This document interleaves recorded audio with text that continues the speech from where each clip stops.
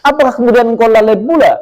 Yaitu dari firman Allah Subhanahu wa taala surat Fatir ayatnya 37. Allah berfirman, awalam nungammirkum ma yatadakkaru fi man tadakkar. Bukankah kami Allah telah memberi usia yang panjang di dalam hidup?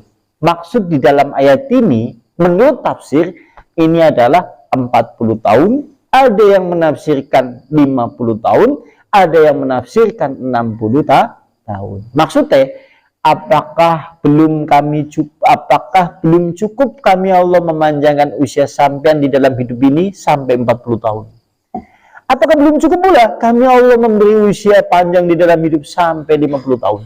Apakah belum cukup pula kami Allah memberi usia panjang di dalam hidup sampai usia 60 tahun?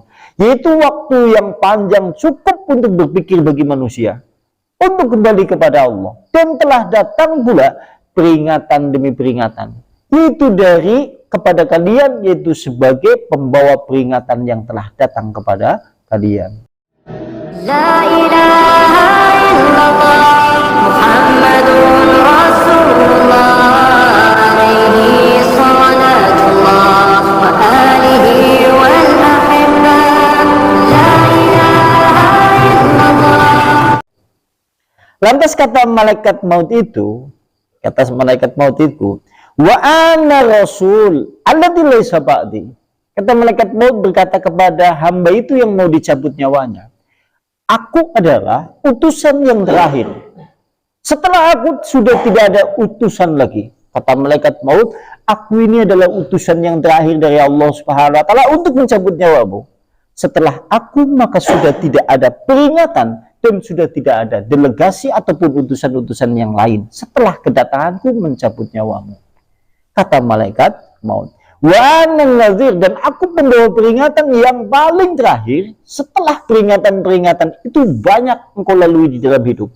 Kata malaikat maut, aku ke peringatan sing paling terakhir setelah kemudian hari-hari dulu engkau sudah banyak diperingati oleh Allah melalui peringatan-peringatan di dalam hidup.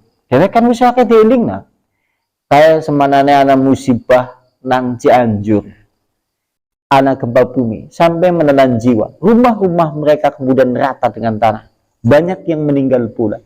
Jangan anggap itu adalah sesuatu yang bukan pelajaran bagi kita yang ada di sini. Allah Subhanahu wa taala kalau hendak menguji dan kemudian mengazab manusia cukup mudah bagi Allah. Dan kita tidak pernah akan merasa aman dari segala apa saja yang kita tempati hari ini. Kalau Anda kemudian merasa aman jauh dari lautan sehingga tidak terkena tsunami, kalau Anda kemudian merasa jauh dari gunung sehingga tidak terkena erupsi, kalau Anda kemudian merasa rumahnya kokoh, penuh dengan bangunan yang kuat, fondasi yang cukup kuat, sehingga seakan-akan kemudian Anda itu tentram secara nyata, karena jauh dari kemudian gempa. Bukan berarti Allah tidak memberi kemudian peringatan kepada Anda. Tetap saja, Allah kalau hendak menguji dan mengazab manusia, cukup mudah. Dan kita tidak pernah akan merasa aman dari yang semuanya itu. Allah mudah sekali membalikkan kemudian bumi yang kita bijak, yang atas di bawah, yang bawah kemudian menjadi yang di atas. Atau kemudian sebagaimana beberapa musibah yang pernah terjadi di negeri ini, atau musibah yang menimpa terhadap orang-orang dulu. Kayak peringatan sedurung malaikat maut nekani sampean. Carane bahasane malaikat maut sing nyabut nyawa siki sing sediane nang daerah Cianjur, sampean kudu bencana Cianjur ora? Ayo dibentak ae kowe. Kayak peringatan, utusanku, kita dengan sampean mikir kami menggali. Gue maksudnya. Ki maksudnya janjane seperti itu. Aku ki peringatan sing paling terakhir. Setelah kemudian peristiwa musibah-musibah yang ada di dunia telah memberi peringatan-peringatan kepada Anda. Menurut sana orang kandingan ini kita udah jawab, berdek tok. Aduh, mati kayaknya, mati. Kan seperti itu ya. Naudzubillah summa naudzubillah. Dan berikutnya, lantas, fama min yaumin taglangu fi syamsun walad tagribu illa wa malakul mauti yunadi. Tidaklah ada matahari terbit dari wilayah timur, tidak pula kemudian nanti matahari tenggelam di ufuk barat, kecuali malaikat maut senantiasa berkata, Kalau menurut kitab ini, malaikat maut dalam bilangan satu harinya semenjak matahari terbit dari arah timur sampai kemudian nanti matahari kemudian tenggelam di ufuk barat. Malaikat maut senantiasa memanggil manusia yang ada di dalam permukaan dunia. Malaikat maut ki ngundang-undang sampean-sampean. Yang dipanggil oleh malaikat maut adalah, ya abna'il arba'ina, wahai anak keturunan Adam. Siapa di antara kalian yang telah berusia 40 tahun? Diundang. Menungsa, siapa sing wis menginjak usia 40 tahun? Diundang coba. Langsung dispesifikan. Sing usia 40 dan hampir-hampir yang ada di masjid ini, ya hampir-hampir sudah menginjak usia 40 tahun lebih. Kalaupun belum menginjak usia 40, paling-paling ya sudah 37, 38, 35, artinya mendekati angka 40, angka yang disebutkan di dalam, yaitu khobar di dalam kitab ini. Sampai diundang, apa mending dewek sing wis lebih 40. Lebih diundang maning ya. Lebih diundang maning. Kata malaikat maut, hada waktu ahdi zati, wahai orang yang berusia 40 tahun, waktu inilah tempat Anda untuk mengumpulkan bekal.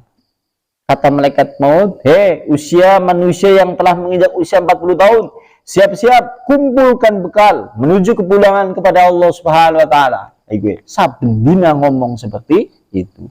Terus ana wong dablek, ora gelem ibadah, tetap ora gelem sujud, tidak banyak menangis kepada Allah, malaikatnya geding. Sampai ngundang anaknya, ping bola bali, terus anaknya gimeng kayak ngapa rasanya? Wow, geding ana gelem nang sampean dibalang, bocah kurang ajar, diundang nang ping 7 ramane wis mau. Malaikat maut bayangkan, kalau suatu saat manusia dipanggil, dia tidak merasa hal itu. Kayak ngapa gedingnya sering nyabut. Kapanane ya. Naudzubillah min dzalik. Kan seperti itu. Dan berikutnya, ya abanai, wahai anak keturunan Adam, katanya. Masih ini, maaf salah. Wahai keturunan anak Adam yang berusia 40 tahun, maka waktu inilah waktu tempat untuk mengambil bekal. Yaitu dimana kemudian adhannakum hadira, akal-akal Anda telah genap sempurna pula dalam bilangan itu. Akal manusia pada bilangan 40 kewis genap sempurna. Genap sempurna nang kene maksudnya sudah berpikir terhadap permasalahan agama dan akhirat sudah mencukupi. Nek wis usia 40 tahun. Makanya antum kalau melihat pembahasan di kitab yang lain, itu ada bab yang menjelaskan renungan usia 40 tahun. Bahkan dalam itu surat Al-Ahqaf dulu pernah disinggung dalam kajian di Berangkal. Renungan usia 40 tahun. Jenengan yang dalam surat Al-Ahqaf ayatnya ayat 15. Nanti panjenengan baca. Di sana ada doa yang langsung diajarkan oleh Allah melalui Al-Qur'an. Surat Al-Ahqaf ayatnya ayat 15. Di sana Allah ngajari wong nek wis usiane 40 tahun kondonga. Rabbi auzi'ni, ya Allah, berilah kepadaku an ashkura ni'matakallati, itu agar senantiasa aku bersyukur kepada nikmat-nikmatmu. Allati allati an'amta, yang dimana telah engkau beri nikmat-nikmat kepadaku. Kalimatnya demikian. Yaitu wa'ala kulli walidayya, dan juga kepada nikmat-nikmat yang telah engkau berikan kepada orang tuaku. Dan juga kemudian berilah aku ya Allah anugerah untuk senantiasa beramal soleh yang kau ridhoi. Dan yaitu perbaikilah, atau kemudian berilah aku keturunan anak-anak yang soleh.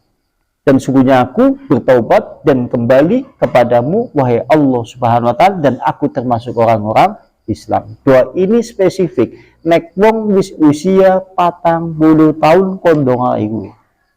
Artinya nek sampean wis usia 40 tahun belum mengacu kepada permasalahan ini, bahaya. Bahaya sekali nek wis usia 40 tahun, karena usia 40 tahun gitu jadi usia sing banyak disebutkan di dalam hadis Nabi. Ya. Dan berikutnya, wada'ukum qawiyatun sadidun. Kalimatnya adalah, Tatkala kemudian engkau genap usia 40 tahun, anggota-anggota tubuhmu juga masih kuat. Kalimatnya gue, sampai anak usianya 40 tahun, anggota tubuhnya juga masih kuat. Esi bisa melakukan yang ini, Esi bisa ngepit, numpak motor, dan yang lain. Bayangkan kalau nanti sudah berusia 80 tahun. Bayangkan kalau Anda sudah menginjak usia 60 tahun. Bayangkan Anda kalau sudah menginjak usia 70 tahun. Kekuatan hampir berkurang. Tenaga juga demikian. Pemandangan juga berkurang, pendengaran juga berkurang. Bersama dengan itu, kita tetap saja dihukumi sebagai hamba Allah yang memiliki tugas untuk banyak bersyukur kepada Allah Subhanahu wa taala. Langsung disebutna nang malaikat maut diundang wong sing usiane 40 tahun. Lantas berikutnya, ya abna ilhamsina, wahai anak keturunan anak Adam, wahai manusia yang telah menginjak usia 50 tahun. Oh, 50 tahun terus. 40 tahun, 50 tahun sing duna. Menungsa sing usiane 50 tahun. Kalimatnya seperti itu. Qadana waqtul ahdi wal hisadi. Sungguh masa-masa usia ini seharusnya masa-masa memanen amal-amal soleh. 50 tahun ki kudune wis panen amal-amal soleh sing wis ditandur nang masa muda, masa 40 tahun, 50 tahun wis musime panen, tapi dewek malah nembetan tandur. Ini ya, nembe tandur untuk urung sesuai terus ninggal. Iya kan? Hari ini permasalahan kita adalah orang yang menginjak usia 50 tahun, kemudian 50 tahun lebih, kadang-kadang nembe musime tandur nembe tukul sedela terus ninggal. Kan coba bayangkan. Ya kadang-kadang kan kita seperti itu. Kadang-kadang kita melihat fenomena di masyarakat seperti itu. Maksud di kalimat ini adalah kudune nek usia 50 tahun karena tenagane wis kurang, melakukannya juga wis ora pati banter, daya upaya juga sudah tidak banyak kemampuan di dalam dirinya. Sehingga kudune wis mulai asok ngone ngamal soleh sing enteng. Dan zaman nom wis biasa sholat malame yaitu 11 rakaat wis dilakoni nganti tekan usia 40 tahun. Maca Al-Qur'ane ya katam terus telung dina sepisan diem. Zaman nom. Nah, sikit begitu usia 50 tahun musimnya panen. Oh iya nyong garap ngamal amalan sing enteng baik dikirim subhanallah walhamdulillah wala ilaha illallah wallahu akbar, kambi istighfar, kambi jagong lurusna geger, kambi bar sholat subuh atau sholat asar atau sholat maghrib atau sholat isya atau setelah kemudian bilangan sholat atau setiap waktu setiap saat senantiasa seperti itu. Wis ora perlu sing repot-repot. Kene wis usia 50 tahun tapi dewek nyatane 50 tahun ya nembe dandani paribasan balapan motor sing liyane wis ado-ado sampeyan isi dandan. Coba bayang sampeyan liyane wis ado-ado wis ana sing bahkan tekan finish, wis ana sing banter sampeyan nembe dandani. Nah kapan tekane? Gue dewek kadang-kadang seperti itu. Yang lebih parahnya lagi, biyen zaman usia 40 tahun, jangankan kemudian garap 50 tahun panen, wong zaman biyen ya urung tandur. Zaman biyen ya urung mulai mung nembe kepengin tok sawah wis duwe, ning ora tau ditanduri. Gue wine wis ana janjane, ning ora tau nang sampean ditancepna langkok engkok begitu kayak gue sebulan wis sewidak tahun 50 tahun kepriwe jajan. Akeh enggak yang seperti itu? Banyak. Nang malaikat mau diundang. Terus jenengan takon, "Nang apa dek ora krungu nek sampean krungu sampean ora bisa urip." Kalau Anda kemudian mendengar perkataan malaikat maut ini, sampean itu tidak bisa hidup. Wis ora gelem mengsawa, wis ora gelem mangan, wis ora gelem ngombe, wis ora gelem ngurusi bojone, ngurusi awake dewek-dewek pada di kamarnya masing-masing, menangisi dosa-dosa mereka sambil memukul wajah-wajahnya. Kene sampean nganti krungu temenan. Kene sampean nganti krungu temenan. Iki gue mulane dadi rahasia di dalam hati kita masing-masing. Dan berikutnya, lantas berikutnya kemudian ya abana isitina Wahai orang yang telah berusia 60 tahun, nasitu malnikoba. Apakah kemudian engkau telah lupa dengan azab-azab Allah? Apakah kemudian engkau lalai dari yaitu yang telah difirmankan oleh Allah Subhanahu wa taala?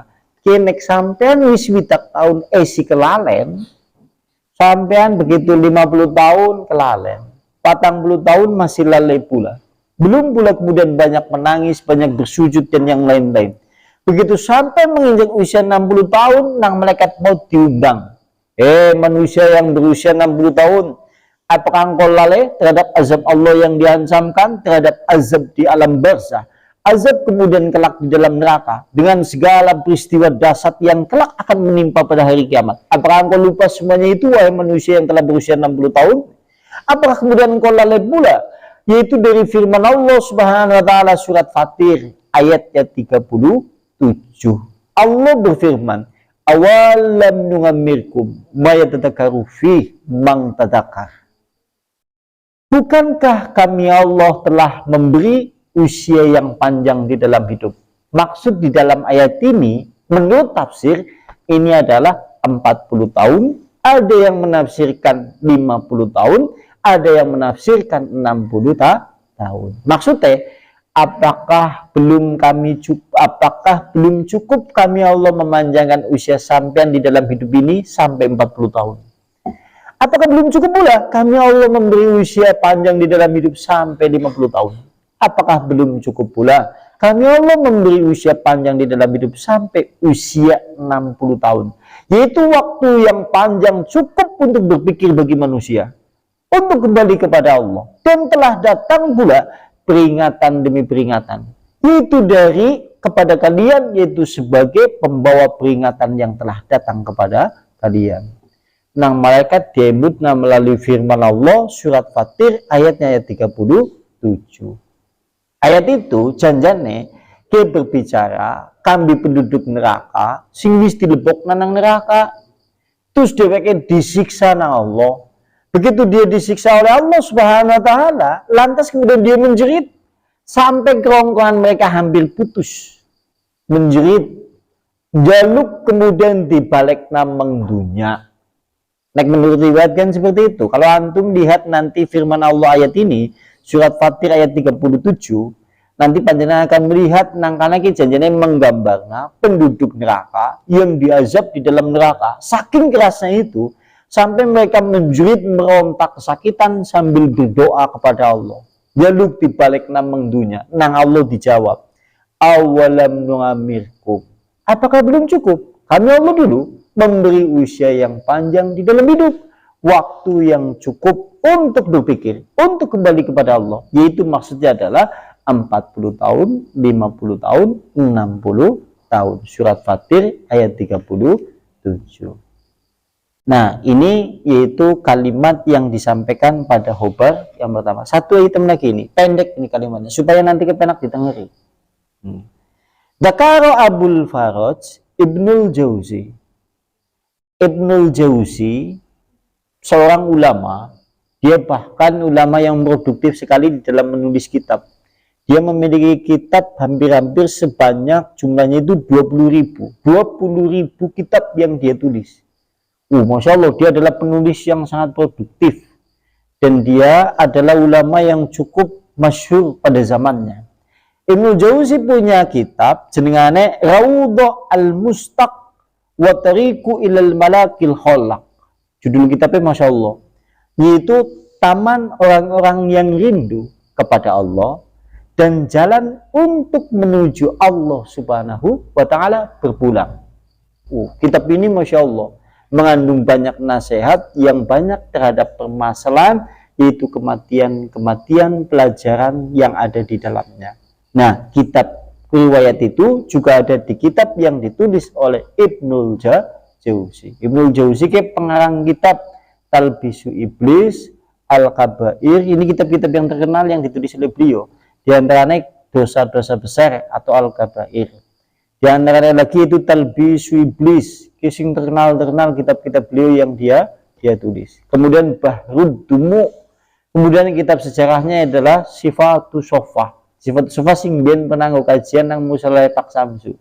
Kan pernah bahas masalah sejarah Nabi, sejarah sahabat Abu Bakar, Umar, Utsman, nganti tekan sahabat-sahabat liyane nganti akeh jumlah itu sahabatnya. Kayak kitabnya Sifatus Sofa, penulis adalah Ibnu Jauzi. Masya Allah ya. Ini disebutkan di dalam kitab itu juga. Di antaranya itu. Berarti besok itu hadis yang kedua. Tadi kan hadis yang pertama. Besok hadis yang diriwayatkan oleh Bukhari dan yang lainnya. Mungkin ada yang mau ditambahkan, tafadhol silakan. Kayaknya jangan ya wis ya gimana? Silakan tafadhol. Berbicara dari Iya. delegasi malaikat. Iya.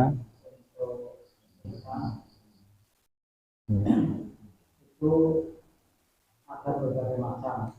Iya. Nah, di antara yang disebutkan tadi ini masih ada seperti misalkan orang-orang tuna, misalkan tuna berita, tuna Iya. Iya. Iya. di antaranya itu termasuk kategori Delegasi apa bukan? Iya. Ini kan seperti ini. Ini kembali kepada studi kasus atau realita sisi kehidupan manusia. Kadang-kadang ada manusia yang terlahir dalam keadaan dia yaitu tidak melihat semenjak dia lahir. Artinya apakah itu termasuk yaitu delegasi malaikat maut? Bukan. Karena kalimat nang kene iki kalimatnya janjane udu buta, udu tuli, udu bisu. Tapi kalimatnya tagyiru syam'i, tagyir adalah berubahnya, perubahan pada pendengarannya. Sing maune krungu dadi ora krungu. Sehingga berbeda antara orang yang lahir memang dalam keadaan dia tidak mendengar atau tidak bisa bicara. Ini berbeda. Dengan kondisi wong sing maune krungu terus dadi ora mulai krungu. Jadi nek anda ngesuk wis mulai ora krungu, dimaksudkan adalah delegasi malaikat maut. Tapi kalau orang yang lahir dalam keadaan dia sudah buta, dia sudah tidak bisa melihat, maka ini bukan delegasi malaikat maut. Tapi ini adalah ujian bagi orang yang beriman. Itu seperti itu. Jadi gitu, Pak. Ya betul. Studikan. Ya gimana? Ya.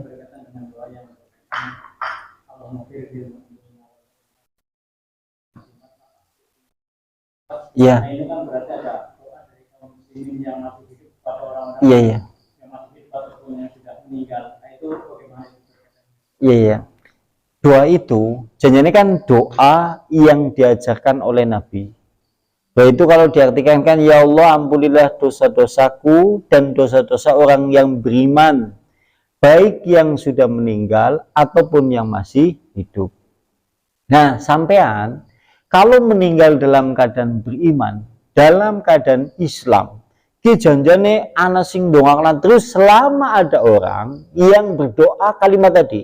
Allahumma ighfir lil muslimina wal muslimat, mu'minina wal mu'minat, al ahya'i minhum wal amwat. Sampai meninggal, asal meninggal dalam keadaan iman, dalam keadaan Islam, jenengan ana wong donga seperti itu, maka jenengan ikut di dalam doa itu. Itu yang pertama. Yang kedua, nek sampean wis biasa ndongakna seperti itu. Kalimat yang kedua, sampean wis biasa rikala urip nang alam dunya, sampean bisa ndongakna sedulure.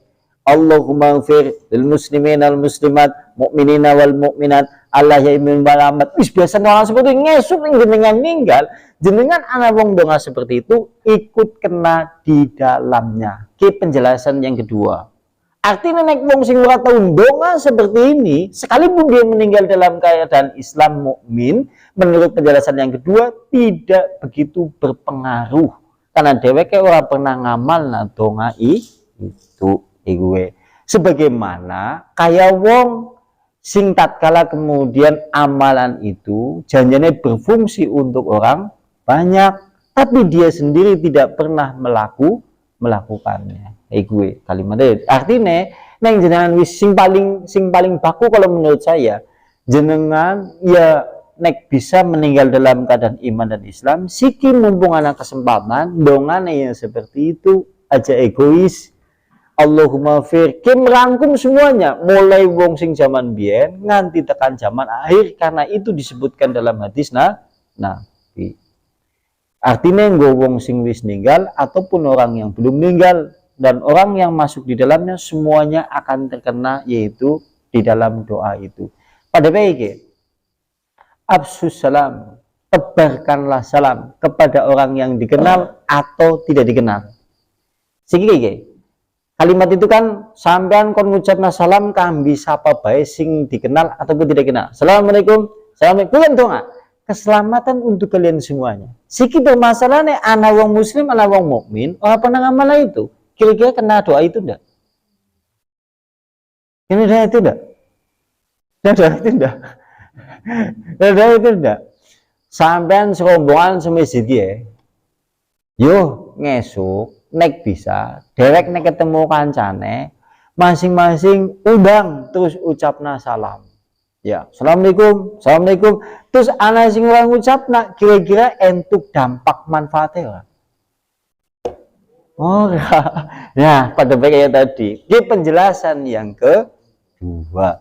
Mulanya dewek ya kalau bisa seperti itu. Sekalipun kalau menurut penjelasan yang pertama, ki meliputi semuanya, asal dia meninggal dalam keadaan beriman, dalam meninggal keadaan muslim, dia tetap terkena doa itu sebagai bentuk yaitu karunia dia meninggal dalam keadaan iman dan Islam. Nah, menurut pendapat yang kedua, nek selama dia ngamal seperti itu kalian orang dunia, terus nek ninggal ngesuk nek ana wong doa seperti itu dheweke entuk manfaat di dalamnya sebagai tambahan karunia, keberkahan, rahmat dari Allah Subhanahu wa taala. Karena pada dasarnya kising dijenengi ilmu dan doa yang bermanfaat. Ana ilmu yang bermanfaat, ana doa sing bermanfaat, diantaranya kue doa karena wong dia akhirnya balik mengawake dewek kayak gue maksudnya seperti itu. Diantaranya itu cukup ya. Nahtimu bihadza majlis ta'lim bidawati Rasulillah subhanakallahumma bihamdika asyhadu an la ilaha illa anta astaghfiruka wa atubu ilaik. Assalamualaikum warahmatullahi wabarakatuh.